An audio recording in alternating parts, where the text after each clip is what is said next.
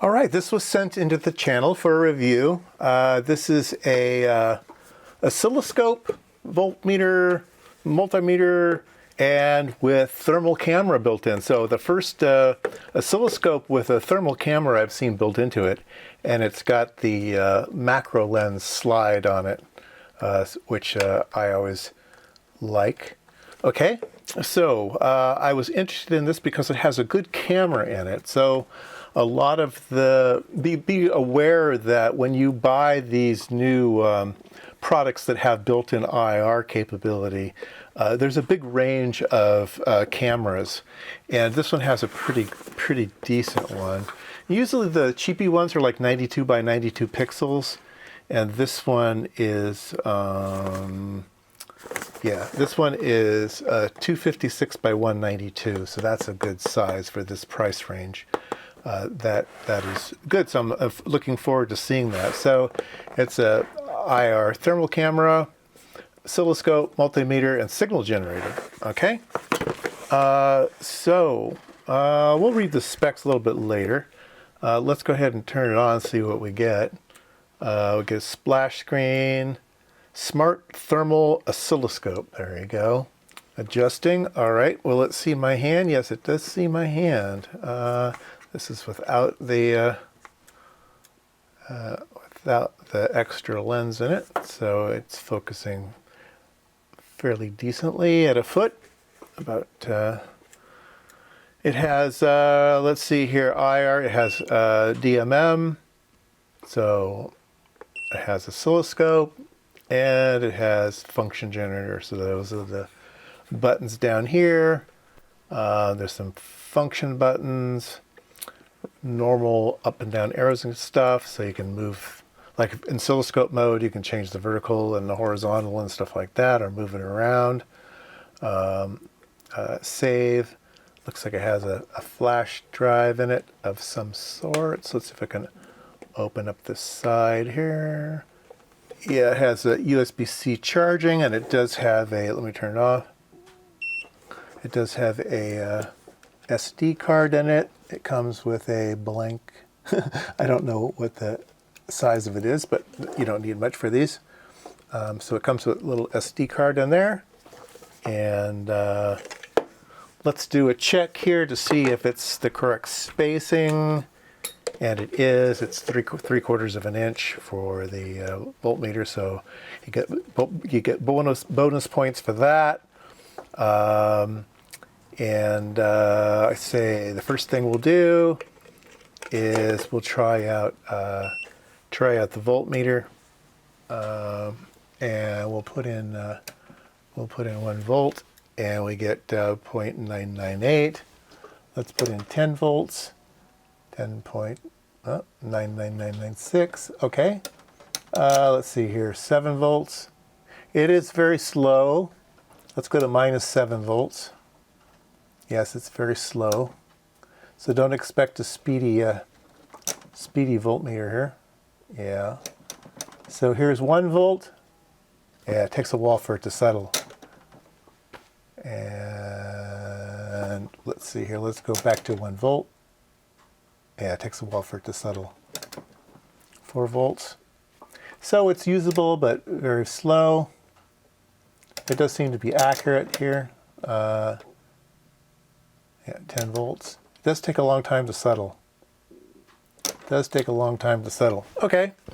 Let's go ahead and see if it can measure some ohms. Let me get out an ohm board. All right, let's go to ohms. Let's see, how do we do that? We're at DC volts, AC volts, hertz, duty cycle, arrow over, we get ohms, diode, beeper, and while we're here, let's do beeper. I guess you push this button here. Let's do beeper, see how it does there. Oh, that's not bad. I expected it to be slow. It's latched. And it's not the speediest I've seen, but it's not nowhere near the slowest. It's actually quite usable. So continuity mode gets a pass from me. Diode mode, I have my little diode tester board here. We can try a Schottky, 0.3 volts. We can try a silicon, 0.6, LED, red LED, and a green LED, blue LED, 2.6. So there you go. So it does diodes good, but I'm interested in ohms. Let's come over here. We'll look at the 0. So here's the 0.35 ohms. Oh, wiggle it a little bit. It's settling down. 0.08. Okay, let's look at 10 ohms. Yep. And it is slow, but it does get there eventually.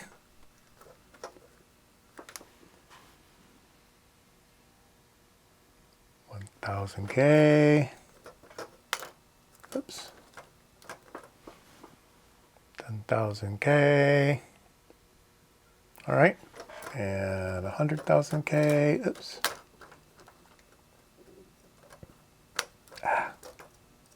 Troubles with my leads here. There we go. And let's see if it'll do 10 mega ohms. There you go, 10 mega ohms. Perfect. All right, so it does what it can do. It's just slow. Oscilloscope. So on the oscilloscope, I want to measure the bandwidth of the oscilloscope. So we will get to BNC here. I'm going to come off a generator here that I have in back of me, or back of the camera here. Let's see, channel 1 is this one. Channel 1, we're at 3 megahertz. Let's see, oscilloscope. Let's hit auto, and there it is. It says 3.2, and we're at, let's move these kind of over close to one another. We're at 3.19, it says 3.2, so it looks like it's calibrated. It looks like we're getting a nice, yep, goes up and down. It's pretty fast, pretty responsive. That's nice. Let's change frequency here. Oh yeah, it's quite a good oscilloscope. It's speedy at least. And it's always going to have problems jittering. These 8-bit scopes always have problems jittering on the trigger. Trigger's kind of their downfall. But let's see how fast it can go. Let's go up here. It says it's a 70, I think it says it's a 70 megahertz oscilloscope. And so we can, wrong way. We can go here to the maximum. Okay, that's 11 megahertz. Here's 30 megahertz. Still doing okay. Here's 55. It's down a little bit. Let's go up. And yeah, there. This is 70. So it's kind of right in there.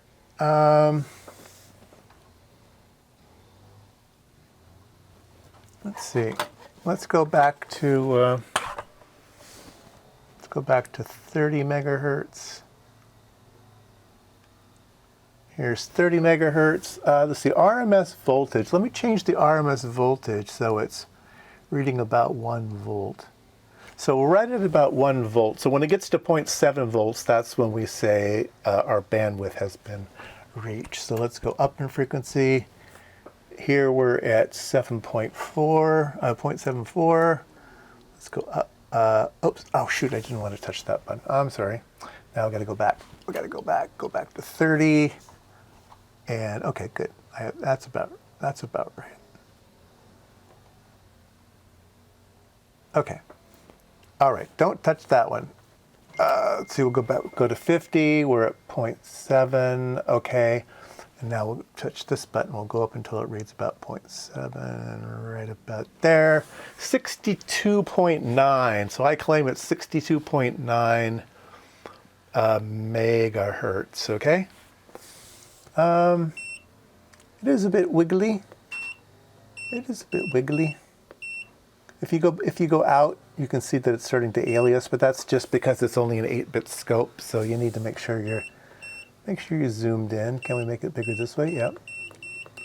And what's the largest? It'll do 50 millivolts.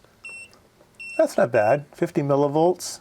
And then, let's see here, we can do mode, move. So now I can move it up, and I can move it down. And trigger level, I can move. Here's the trigger level in red over there, so it can move up and down. And then here is regular mode, where we can make it big or small. So, seems to be okay.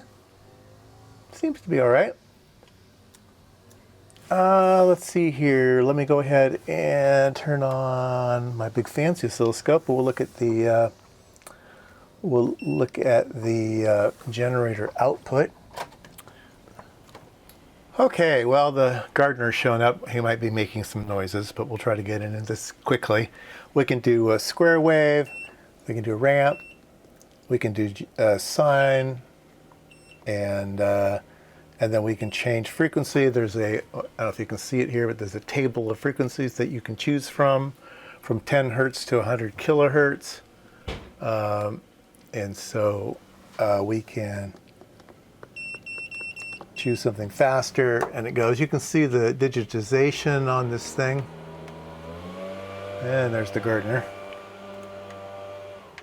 So yeah, it is digitizing, so you will see the little wavies, but it outputs okay. Okay, I have a board here. Let's turn on the IR camera, and we will take a look for hotspots. There is a hotspot there, the 3-terminal regulator, and it is blurry.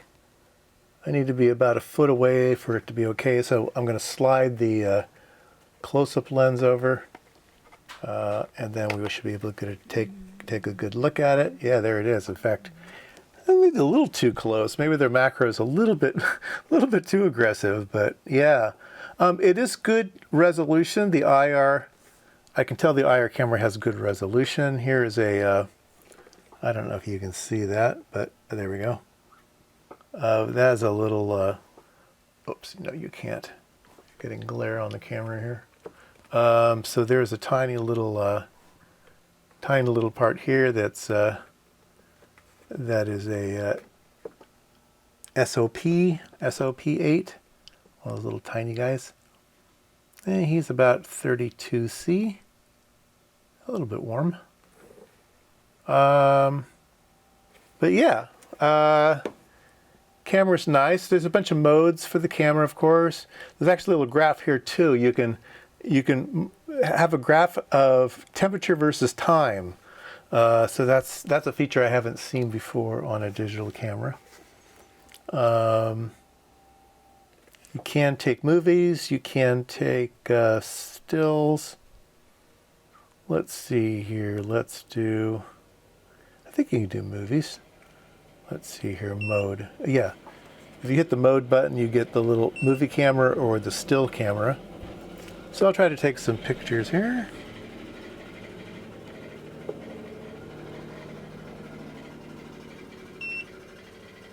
Okay, I took a picture of that little guy there. Take a picture of the 3-terminal regulator.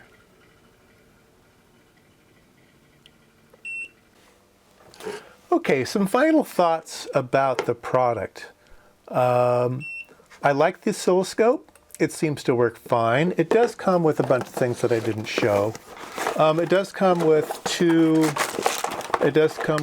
probes, the standard oscilloscope probes.